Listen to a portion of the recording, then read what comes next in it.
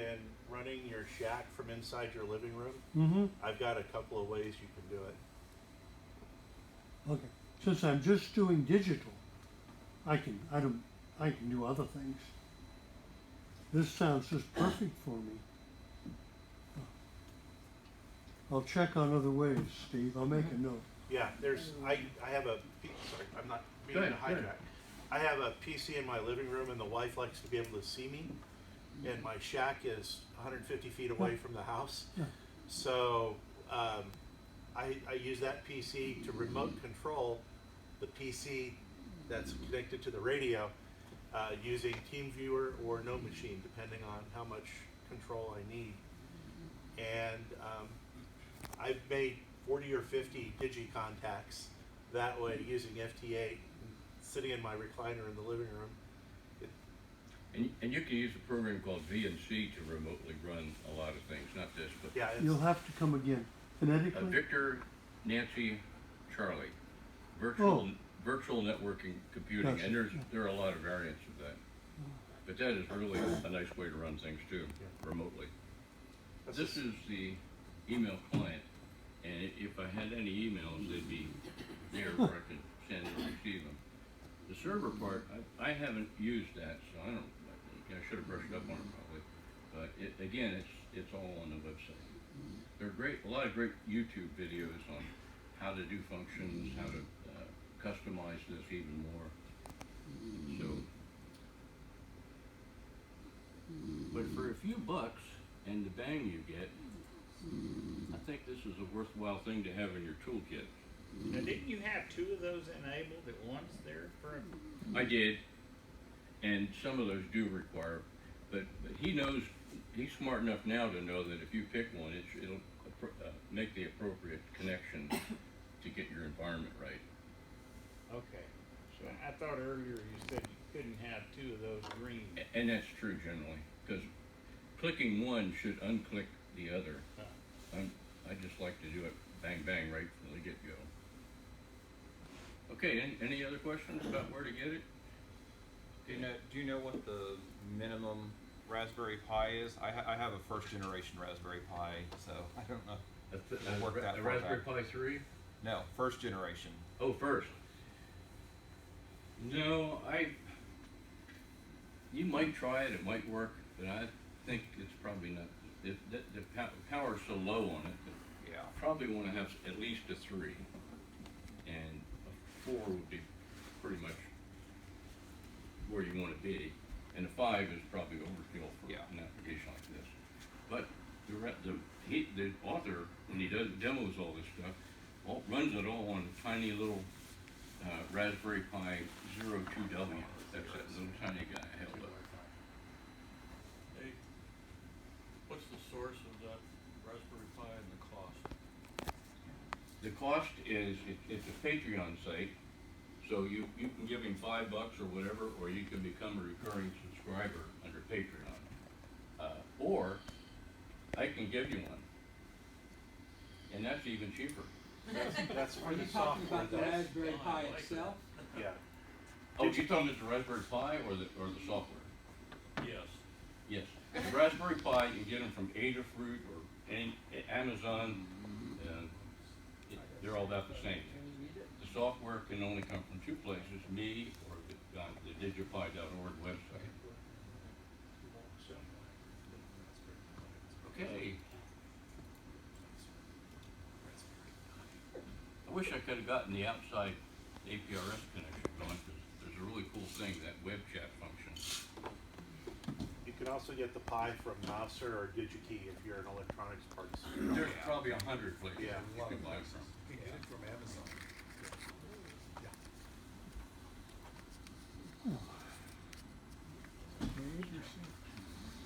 Yes. All right, let's give Dave a class.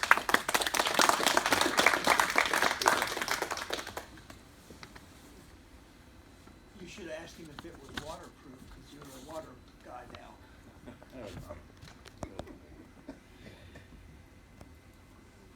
Good point. I've never seen a waterproof Raspberry Pi.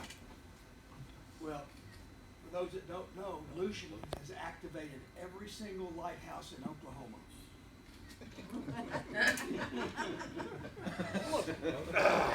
That's impressive, good job, good job.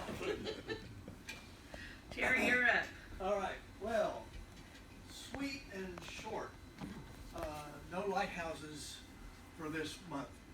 We've got some, New England and Michigan have their QSO parties, and if you don't mind delving outside the United States, Ontario and Quebec are having their QSO parties this month.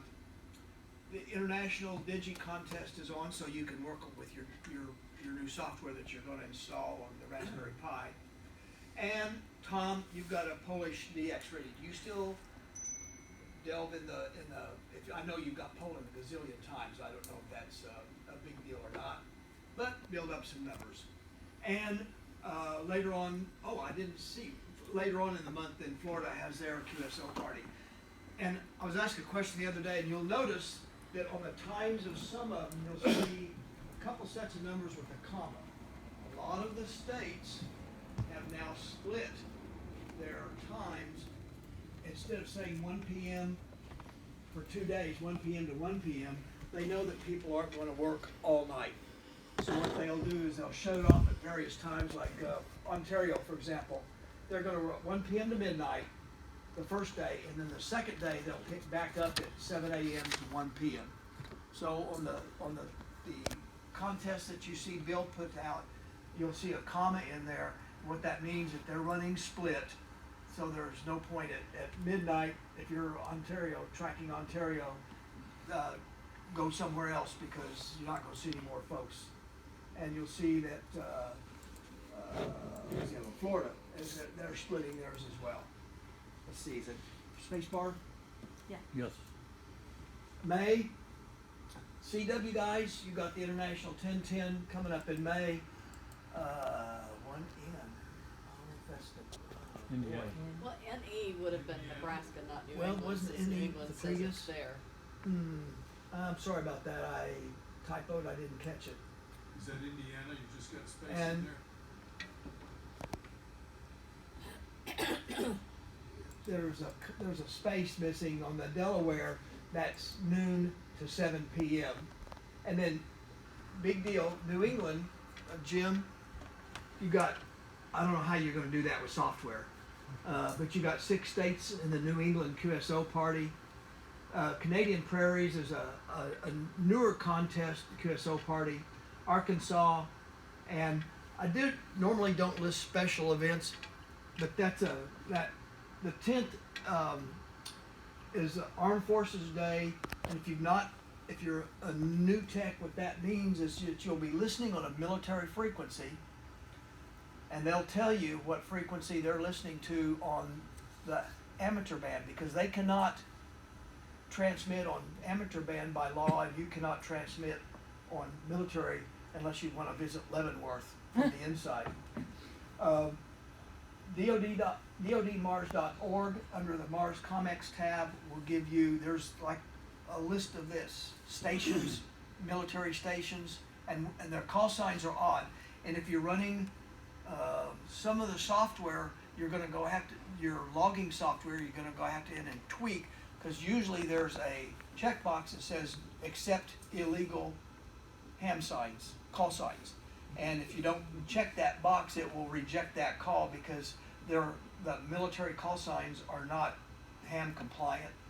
And you'll have to check, if there's a checkbox that says accept out of band, you'll have to check that one, because you'll be listening on a military band. If you try to log that as 14680, it'd say you can't do that because that's not a ham band. So your software may reject that until you go in and tweak it. But that's a pretty good, because you can get War College, you can get, all kinds of really interesting context for that. Any questions? I think that's the last. Is that the last one? Okay, I'll leave that up for the next person. Go ahead. All right. Any questions? All right.